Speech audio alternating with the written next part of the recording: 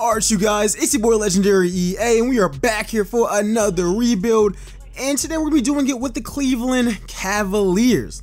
So as usual, if you enjoyed this video, make sure you go ahead and like it up. And of course, subscribe and turn on post notifications. And also, I just started a OKC My League series on my new channel, on my second channel. Make sure you go ahead and check that out. Obviously, we got Drummond, Collin Sexton, who I actually decided to make untouchable. K-Love, who we are going to be getting up out of here. And we got, Darius Garland. But this rebuild, I think, is going to be interesting. We're going to make an attempt to make this thing as realistic as possible.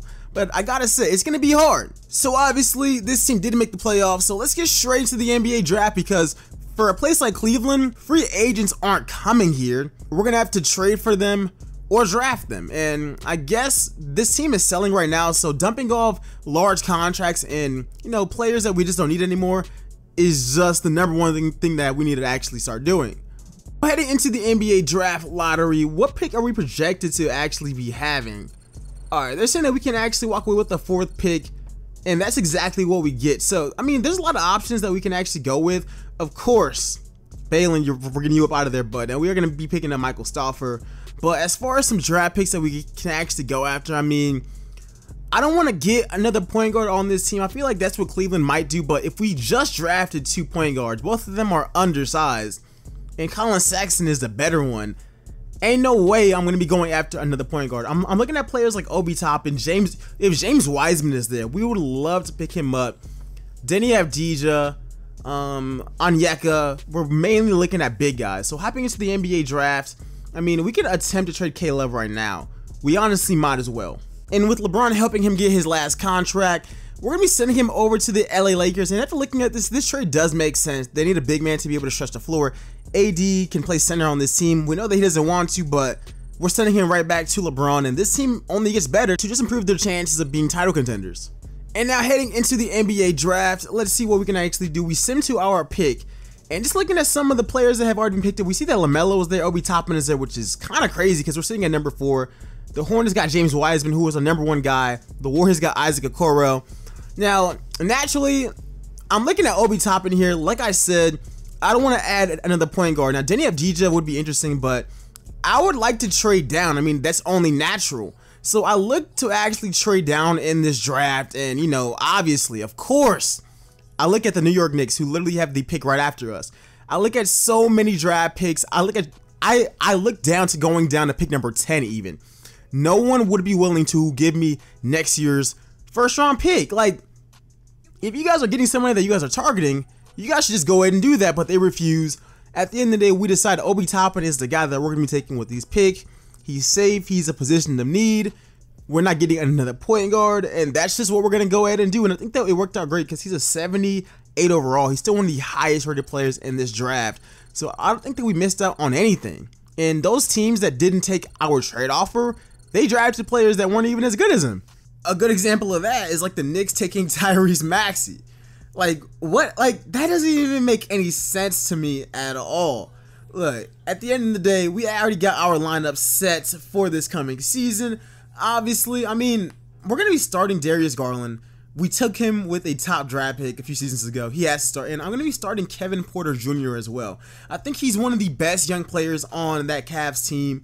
And it's funny, like, whenever that draft was going on, I thought that the Warriors were going to snag him. They passed on him and got, like, Jordan Poole. I don't know why they did that. At that pick, Kevin Porter Jr. was definitely the best player there.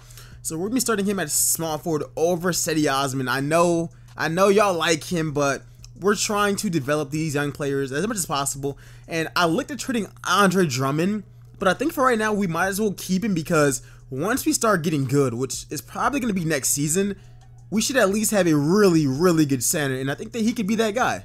And at the end of the first season, Luka Doncic is the MVP. Now, we actually won 44 games this season, so we actually weren't that bad. So Obi Toppin doesn't get Rookie of the Year, which sucks for us. Does he at least make an all-rookie team? I'm expecting him to at least do that at minimum. And he actually does. He's on all-rookie first team. Let's check out that boy's stats. I'm going to assume that he had a really solid season because he was starting for us. He thinks he should have been Rookie of the Year. He averaged almost 18 points a game, almost 7 boards, almost 2 assists, and he actually shot decent from the field as well. So, I mean, At least he was a positive player for us, and I actually like that draft pick. Matter of fact, I'm going to be dropping an OB scouting report video probably in a few days. Regardless, getting into the actual standings, we finished as a 7th seed this year, right in front of the Miami Heat, right below the Atlanta Hawks. And as for the stats, 11 points, by no surprise, Collin Sexton, 22 points per game. He shot 46% from the field, could be better. Obi Toppin was 2nd, then Drummond. Darius Garland, though, I mean, how much did he improve from his first season? I mean, his field goal percentage went up, and he's averaging more assists, which is really important for us. But it's about the same. But at least it went up. Kevin Porter Jr., he averaged more points, but his field goal percentage is horrendous. 35% from the field that's really bad. I'm not even gonna lie. That's really, really bad. But getting into the playoffs, we are just gonna sim this round because we aren't expecting to win anything.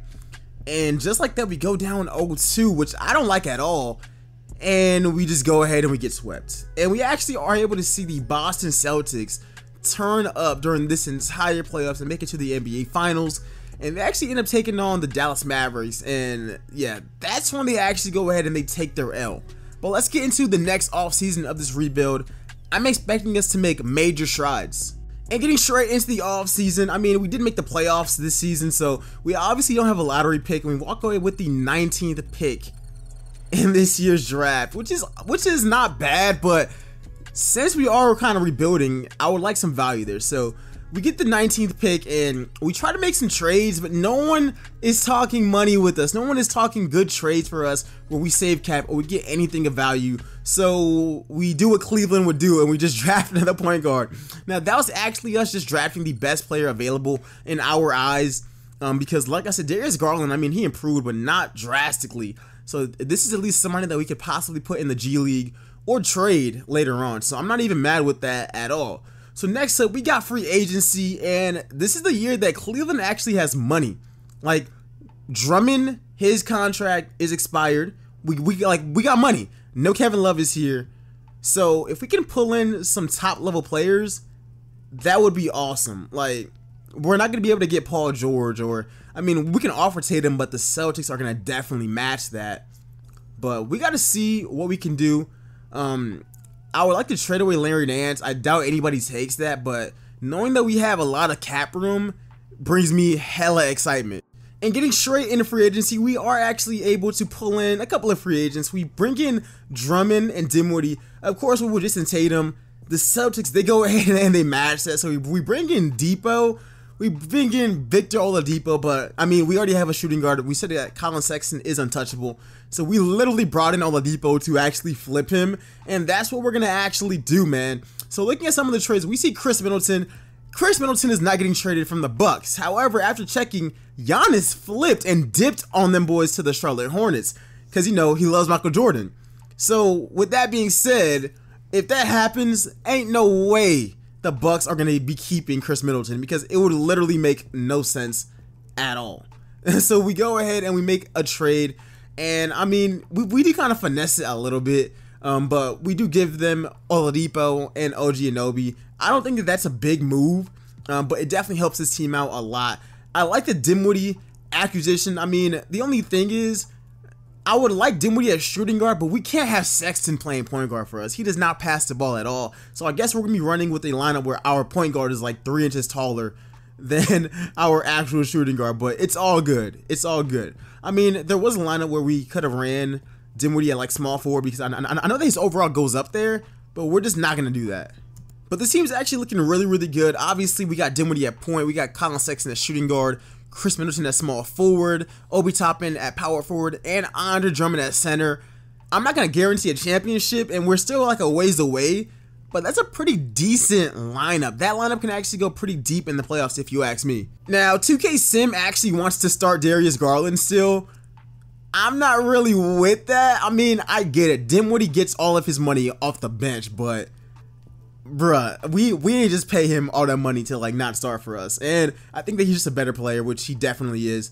I like our bench. It's solid. Hopefully Darius Garland puts up better numbers there. Jalen Suggs, we're gonna be putting him in the G League this season, like I said before, and maybe we trade him next season, or we can play him at the 2 guard. He's gonna be really, really good. They got us ranked at 7th in the power rankings, so let's sim to the end of this season And let's just see how good this team is going to be. I think we might actually be one of those sleeper teams. At the end of this season, of course, Luka wins MVP every single year on this game. So I'm actually like not surprised at all. I mean, this season we were actually a decent team once again. Obviously, we're not going to have anybody on any of these All-NBA teams at all. But we do manage to win 50 games this season. So I am actually really impressed with that. But other than that, nobody makes any of those teams at all. Obviously, we had a really all-around roster. Jalen Suggs up to an 80 overall. He's getting ticked next season if he's even on this team. But the goal is to win the championship right now. Can we win that thing right now? We finished as a 4th seed. Come on, y'all. What about them points per game? So with all this talent, the minutes were really spread all around. So this actually does not surprise me at all. Like, everyone was honestly playing really, really well here. Let's see then. Who do we got in the first round? I'd actually like to see that. We got Boston. They were in the finals last year. I don't know about that, but we do go ahead and we send them around. All right, at least it's tied up 1-1. Can we go up? We go up 2-1, make it 3-1 right now. Oh, come on. Come on, y'all. We go up 3-2. Oh, I hate game 7s. I really do, but we do go ahead and we beat them. I like that. I like that. Now we got Philly. Now Philly, they are the #1 seed, but I'm still not really worried about Philly. We got a better all-around team. It's tied up 2-2. They go up 3-2, but we got to force the game 7 right now, right? We're playing at home. Y'all better not choke this. Oh my. All right, so we got eliminated. We got eliminated. It's all good though. I'm going to come back for one more season. And I really hope that we're able to like turn things around and actually get them to a championship. So for this final season, we actually finished with 60 wins. I kept the roster the exact same. The only difference is that Jalen Suggs is playing now. He's our backup shooting guard. That's the only, like, I guess change that you guys can say that I actually made. But other than that, we're rocking with the same team. This team just developed. We sent them to a bunch of camps. Jalen is he's on an all-rookie team, which is awesome for us. This year, we are the #1 seed in the Eastern Conference. As far as the stats go, though, I'm going to assume that they were spread around like they were last season. And they were, but Sexton's up to 20. Dinwiddie is up to 17.5. Obi Toppin, our boy, is up to 17.5 as well. So everyone on this team was honestly getting buckets, and Jalen Suggs was really good as well. So that's what we like to actually see. This year, let's do the same thing, man. But we got Miami. Now, 2K has a history of upsets, especially in the first round with the 1 and the 8 seed. Right now, the series is tied up. We go up 2-1. Can we go up 3-1? Let's get it. Let's get it. Go up 4-1, and we go ahead and we advance to the next round. Now we got Charlotte. Now Charlotte, they got Giannis on their team. They got Giannis on their team, but I assume that is all because they get swept. That's what I'm talking about. And we got Chicago, who was a #2 seed. I don't know who's on the team. Oh yeah, it's Kyrie Irving. It's Kyrie and it's somebody else. We beat them in 6. And now we got Memphis. Memphis, we're just not worried. We sweep them in 4. Now who's Andre Drummond is Finals MVP? I'm not buying it, but he's a really, really good player, man. I hope you guys enjoyed this rebuild. I found a roster for this video. We had Chris Middleton on it. I think that was a great pickup for us. We also had Andre Drummond, Collin Sexton, Spencer Dinwiddie, Obi Toppin.